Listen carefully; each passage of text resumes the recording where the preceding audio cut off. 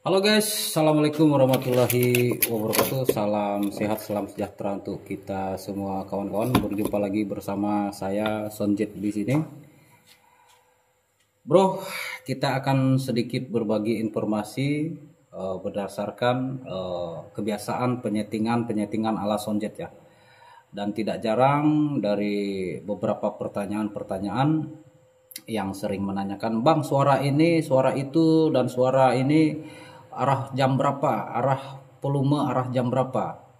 Jadi menurut saya Bang ya, kawan-kawan, menurut saya dalam hal ini tidak ada takaran atau sesuatu hal yang berkaitan dengan penempatan arah volume di jam berapa. Yang pertama itu yang membedakan adalah instalasi, bisa saja berbeda. Kemudian yang kedua dari sistem ampli, dan tidak selalu sama, ada merek-merek lain dan sebagainya. Dan yang ketiga daripada usia pemakaian ampli tersebut, tidak jarang ada tingkat aus ya terhadap potensio-potensio yang ada. Jadi dalam penggunaan volume itu makanya tidak selalu menjadi acuan ketika kita bertanya masalah arah jam. Jadi intinya sedikit dan banyaknya semoga ini bisa memberikan informasi yang kira-kira mudah dipahami ya, terutama dalam proses penyetingan. Nah, terkait masalah reaksi suara khususnya LMB. LMB ini ada beberapa hal yang harus kita amati, termasuk apa itu respon dan apa itu reaksi. Yang saya katakan respon itu ketika daya fokus burung terhadap sumber suara dan daya penasaran burung itu tinggi terhadap karakter suara tersebut dan punya daya aktif atau aktivitas keluar masuk di LMB dan sesekali mencium Twitter dan sebagainya. Ini yang saya katakan tentang respon. Sedangkan reaksi ini bisa lebih kepada arah agresif atau liar. Contohnya seperti ini, ketika LMB itu dimatikan dan kehilangan suara, maka akan terjadi putaran, maka akan terjadi reaksi yang dominan memutar gedung dan mendekati LMB tapi belok kiri, belok kanan. Dan reaksi ini juga bisa kita lihat ketika kita pakai inap. Nah, ketika kita pakai inap yang sebelumnya pada panggil umumnya dan kita ganti ke suara inap, dan ini akan bereaksi. Tidak jarang suara itu ketika kita langsung on kan, burung yang sebenarnya penghuni gedung itu langsung sut sut sut sut sut. Tidak ada daya respon atau daya main lagi. Karena ini burung yang sudah terbiasa dengan kondisi bangunan-bangunan tersebut. Oleh karenanya perlu kita amati ya, termasuk area void. Nah, sedangkan area void ini perlu juga kita lihat. Tidak hanya berpatokan arah jam. Dan saya katakan harus kita lihat. Sekali lagi harus kita lihat. Bagaimana kita tahu bahwa burung ini sudah mengakses, mengeksplor ke setiap lar, naik dan turun. Bagaimana kita tahu kalau kita hanya melihat dan fokus dari tertuju kepada LMB tersebut.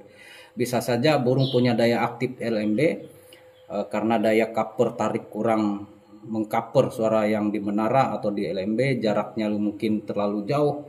Ini membuat burung terkesan masuk keluar. Istilah saya itu numpang keluar masuk seperti itu. Apalagi pada sistem 2 LMB, masuk satu keluar di satu.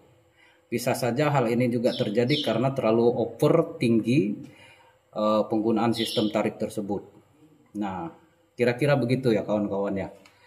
Dan yang ketiga adalah suara inap. Suara inap ini yang memang harus kita dengar. Sekali lagi harus kita dengar, tidak berpatokan kepada arah jam berapa dan arah jam berapa. Oke guys, langsung kita praktek ini tutorialnya. Saya ingin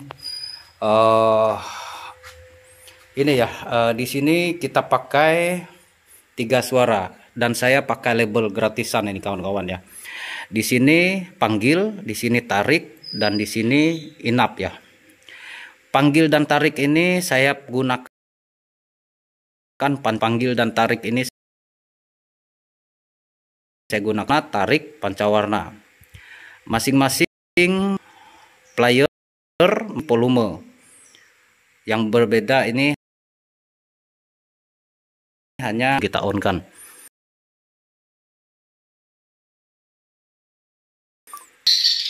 Nah, ini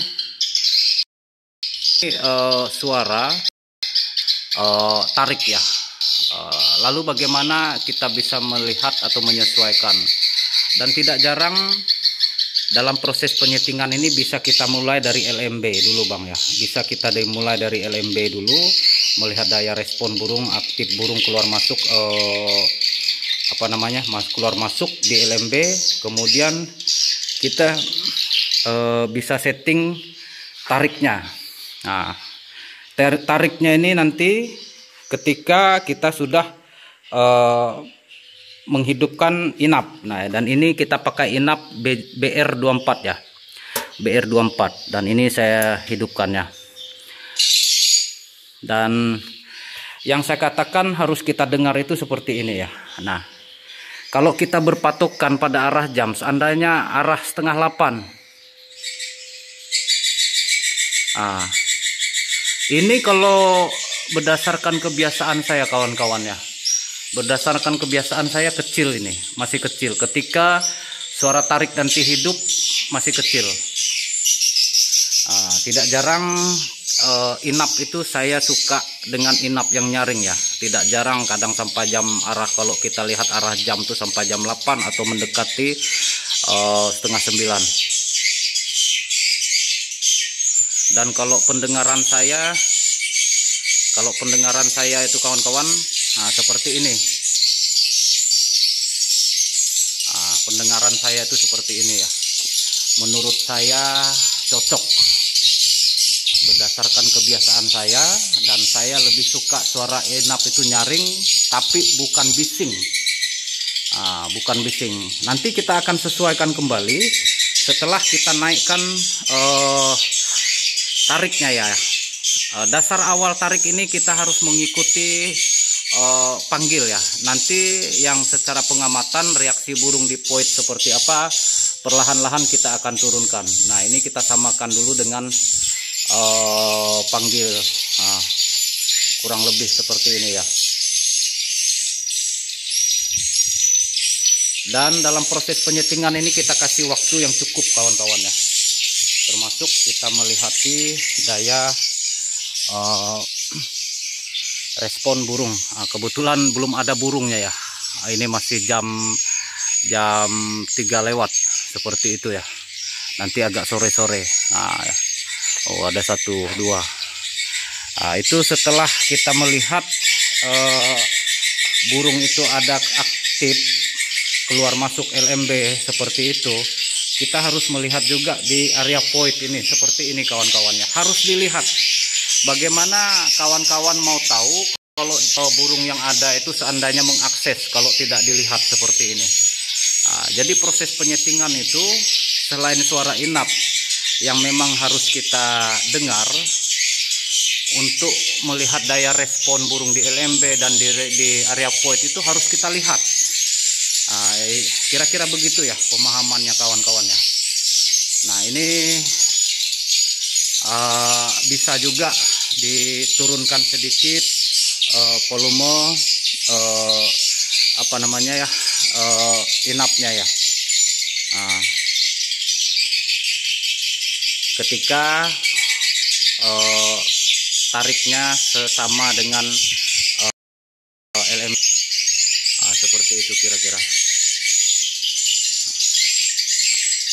Paling tidak seginilah. Saya lebih suka suara inap itu nyaring kawan-kawan ya. Kenapa alasan saya lebih suka suara inap itu nyaring? Karena tidak jarang suara yang lebih kecil untuk inap itu daya geser burung itu kadang-kadang lebih tinggi. Daya betah fokusnya pada titik yang sudah dipilih itu tidak jarang kotoran kering yang saya artikan titik geser. Biasanya kalau terjadi titik geser yang lumayan tinggi, saran saya kepada kawan-kawan coba naikkan lagi volume inapnya ya. Nah, ini kita pakai inap BR24. Jadi terkesan bagaimana suaranya ini kawan-kawan ya. Yang menguasai ruangan ini tetap suara inap. Yang menguasai ruangan ini tetap inap. Suara tarik itu basicnya adalah panggil ya. Basicnya adalah panggil yang volumenya tidak harus terlalu besar karena karakternya yang beda akan membuat suara tarik ini lebih menonjol. Dan tidak jarang tarik ini sangat-sangat berperan penting. Karena apa? Parkir awar burung dan adaptasi awar burung itu ada di tarik, entah tarik point, tarik lar, tarik dalam ruang inap. Nah, di sini kita pakai suara tarik ini dengan tweeter kobel ya, 2 biji. Dan inap ini kita pakai SWK. Kira-kira seperti itu Bang ya. Mudah-mudahan kawan-kawan semua juga bisa memahami apa yang saya sampaikan ini. Dan kurang lebih suaranya seperti ini kira-kira.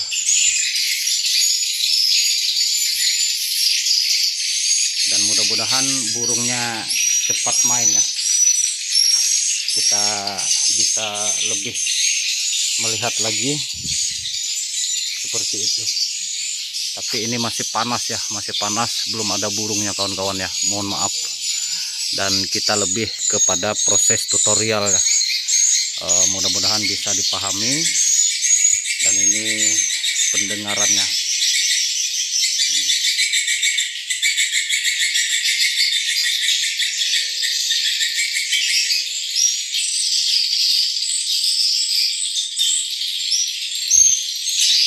Oke kawan-kawan,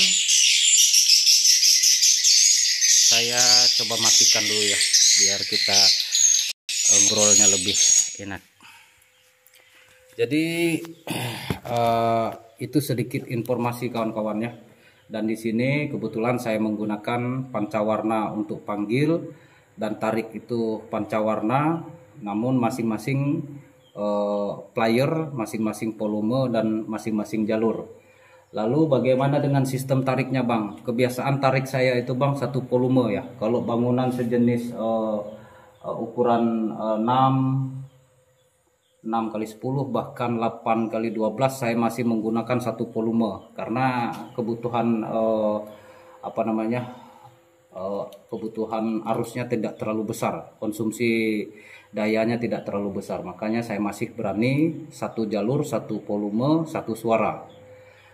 Tarik point, tarik lar, tarik ruangan itu 1 jalur 1 volume 1 suara. Ketika kita ingin membuat mana yang lebih menonjol termasuk di area void, ketika kita ingin membuat void itu lebih menonjol, tinggal memainkan jumlah tweeter. Dengan volume yang sama, dengan kita memainkan jumlah tweeter, pasti akan lebih dominan tweeter yang lebih daripada 2. Seandainya di lar kita pakai 2, kalau di void kita bisa gandeng 3 atau 4 dan akan lebih nyaring lagi suaranya, termasuk ruangan di dalam ruangan itu ya. Kita ingin membuat salah satu suaranya lebih menonjol, artinya besar, kita bisa menambah tweeter lagi. Seperti itu kira-kira. Yang kedua, daripada inap ini masing-masing lantai punya jalur dengan kabel induk masing-masing ya. Supaya powernya lebih merata dan tidak terbagi. Ketika ada yang menginstalasi tidak jarang seperti ini, melingkar seperti ini, yang biasanya dominan nyaring itu hanya pangkal yang terdekat dengan ampli, bagian ujung-ujung atau ke atasnya itu sudah kecil. Tidak jarang seperti itu. Dan kenapa kita harus setiap lantai ini punya jalur khusus? Ketika ada treble, ada short, dan ada beberapa permasalahan, kita dalam proses pengecekannya lebih mudah dan gampang. Oh, lantai yang sekian jalurnya ini seperti itu ya. Dan ini beberapa kabel ya. Dan ini bisa dilihat ini 4 lantai, jadi saya menggunakan 4 kabel ya. Kabel khas kabel induk untuk masing-masing lantai. Dan di sini ada 2 panggil dan tarik. Jadi kita ada 6 kabel saja, panggil, tarik, dan kebetulan ini bangunan 4 lantai, jadi saya pakai masing-masing induk setiap lantai. Seperti itu kira-kira. Oke, semoga bisa memberi informasi dan semoga video ini bisa dipahami. Kurang dan lebihnya saya mohon maaf kawan-kawannya. Semoga ini juga bisa menjawab daripada pertanyaan-pertanyaan yang ada masalah volume, arah jam. Di sisi lain, Sonjet punya pandangan lain, ada hal-hal lain yang harus kita perhatikan. Oke, tidak mengurangi rasa hormat saya kawan-kawan, mohon doanya saja. Semoga bangunan ini sukses seperti bangunan kawan-kawan yang lainnya. Oke, tetap ambil hal positifnya dan buang yang negatifnya kawan-kawan ya. Saya memberikan informasi edukasi seperti ini bukan merasa juga paling benar, bukan merasa juga paling tahu, tapi sedikit banyaknya kita coba sharing atau berbagi pengalaman kita di lapangan. Seperti itu kira-kira.